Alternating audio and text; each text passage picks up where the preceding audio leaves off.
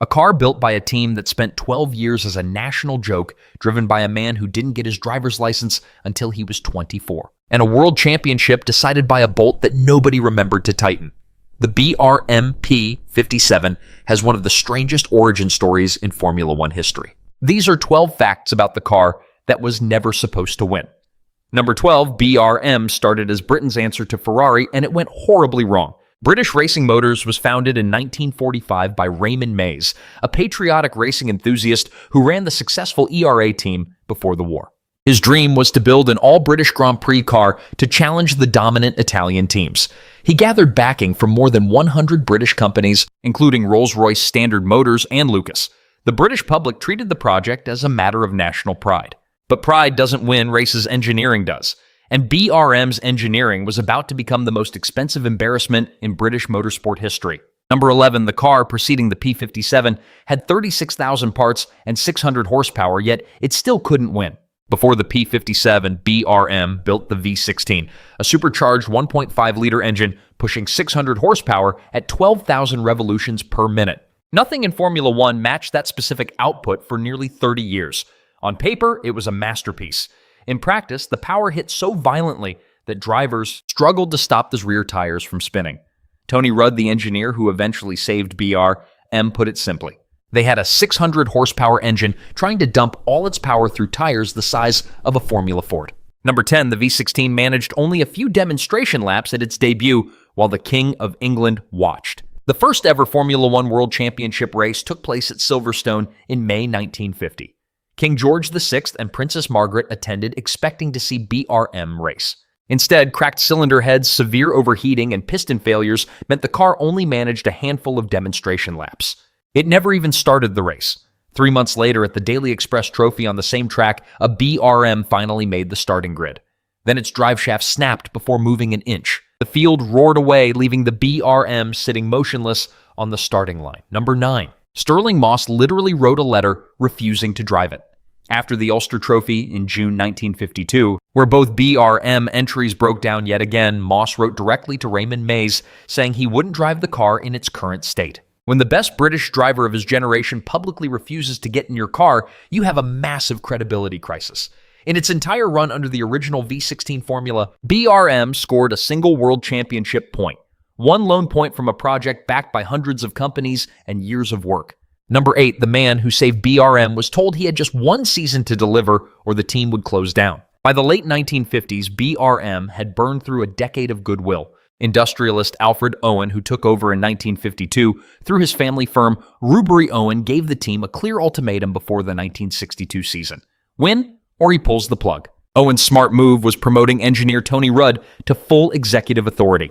Rudd had been with BRM since the V16 days, originally on loan from Rolls-Royce. He was the first professional engineer to have absolute technical control, and the chronic reliability issues that had haunted BRM for over a decade began to vanish.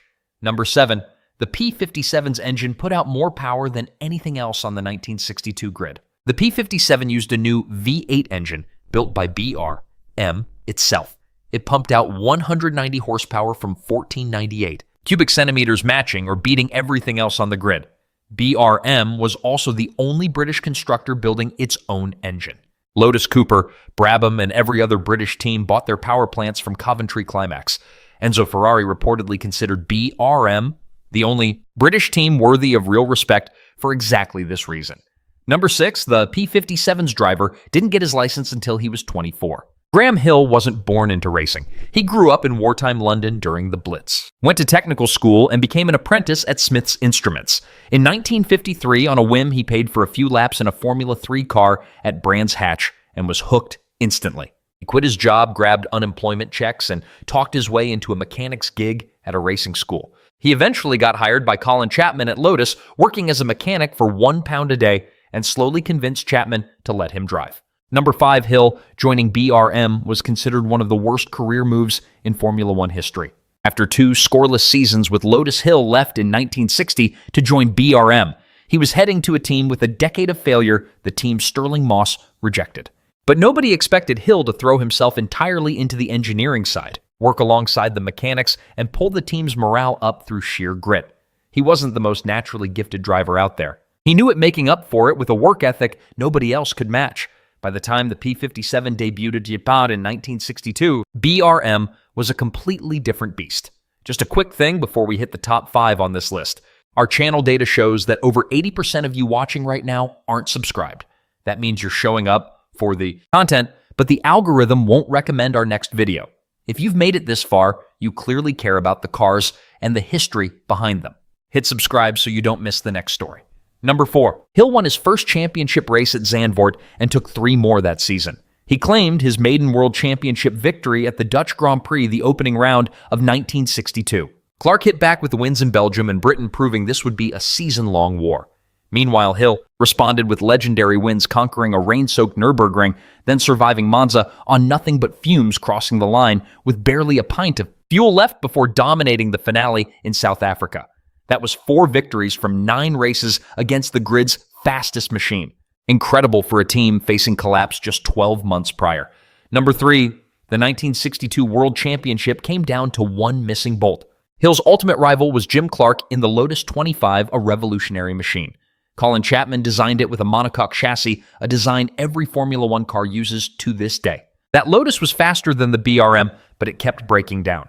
Entering the final showdown at South Africa's Prince George Circuit, Hill held a 9-point lead. Clark had to win to snatch the crown on a tiebreaker. 90,000 fans packed the stands. Many had camped out overnight. Clark grabbed pole and rocketed away at the start, while Hill spun his tires, leaving in a cloud of thick smoke. Midway through, Clark had built a massive 30-second lead. The world title seemed destined for the Lotus garage. Then on lap 61, blue smoke billowed from the Lotus. A tiny 2-inch bolt had vibrated loose because a locking washer was forgotten during assembly. Hot oil sprayed over the exhaust. Clark battled on for a few painful laps before limping into the pits. His race was run. Lotus mechanics later inspected the spare engine, finding a perfect imprint of the washer on its alloy casing. But on Clark's actual race engine, there was no mark. The washer had never been installed. A part worth pennies had decided the entire World Championship. Number 2, BRM won the Constructors' Crown just once in their history, and this machine secured it. Hill crossed the finish line in South Africa as 90,000 fans went wild, blaring car horns. He took the race, claimed the driver's crown, and delivered BRM their historic first Constructors' title. It would also be their last. BRM finished runner-up 4 times throughout the 60s and 70s, but they never stood on top again. The team soldiered on until 1977 before finally shutting down. The legendary chassis Hill drove that season. Number 5781 became known as Old Faithful. It raced on with privateers, clocking over 20,000 miles of Grand Prix action, making it one of the highest mileage cars in racing history. Number 1. Graham Hill went on to achieve something unmatched to this day. After his championship run with BRM, Hill returned to Lotus, capturing a second world title in 1968. Following the tragic death of Jim Clark earlier that year, he won the Indianapolis 500 in 1966 and in 1972 conquered the 24 Hours of Le Mans. That incredible feat makes him the sole driver in history to secure the Triple Crown of Motorsport. No one before or since has ever swept all 3. Tragically, Hill died in 1975 when his plane crashed in heavy fog near London. 5 of his team members perished alongside him. Later, his son Damon claimed the Formula One World Championship in 1996, making them the first father and son duo to win. The BRM P57 proves that grit really matters. 12 long years of national humiliation, a racing team on the brink of collapse, and a driver who began as a humble mechanic. And that one magical season where everything clicked. For more forgotten stories from the golden age of motorsport, make sure to subscribe for more, and I will see you in the next one.